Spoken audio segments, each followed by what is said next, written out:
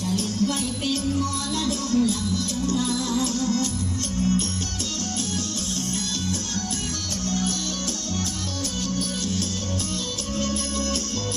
สีพันดอนวันนี้มีแสงสีงามตาเขาตัวกาพวกภาษาทั่วลาวกาแฟปักสองดังของฐานาผู้คนทอผ้ามีสลักน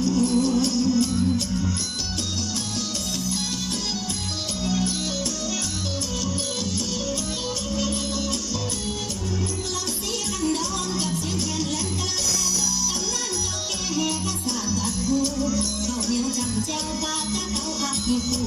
ต้อนรับเข้าสู่แผ่นดินผู้กำมัน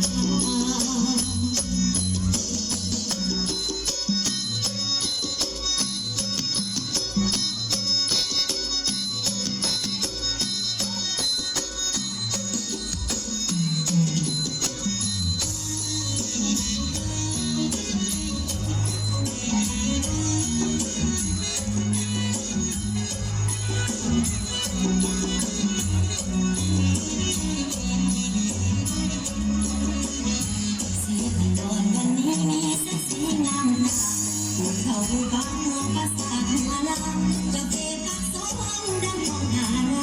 ผู้คนทอผ้ามีสลักนาม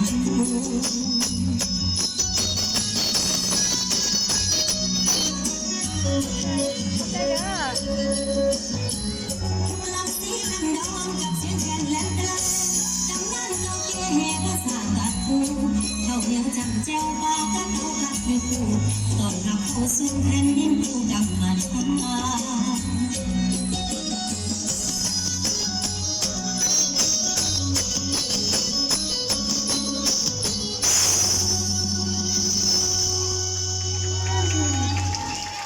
ส่วนนี้ลูก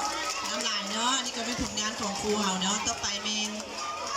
รายการของครูมัดปฐมเนาะแล้วรายการต่อไปเป็นฟ้อนมนต์ซื่นเผาบุ้ง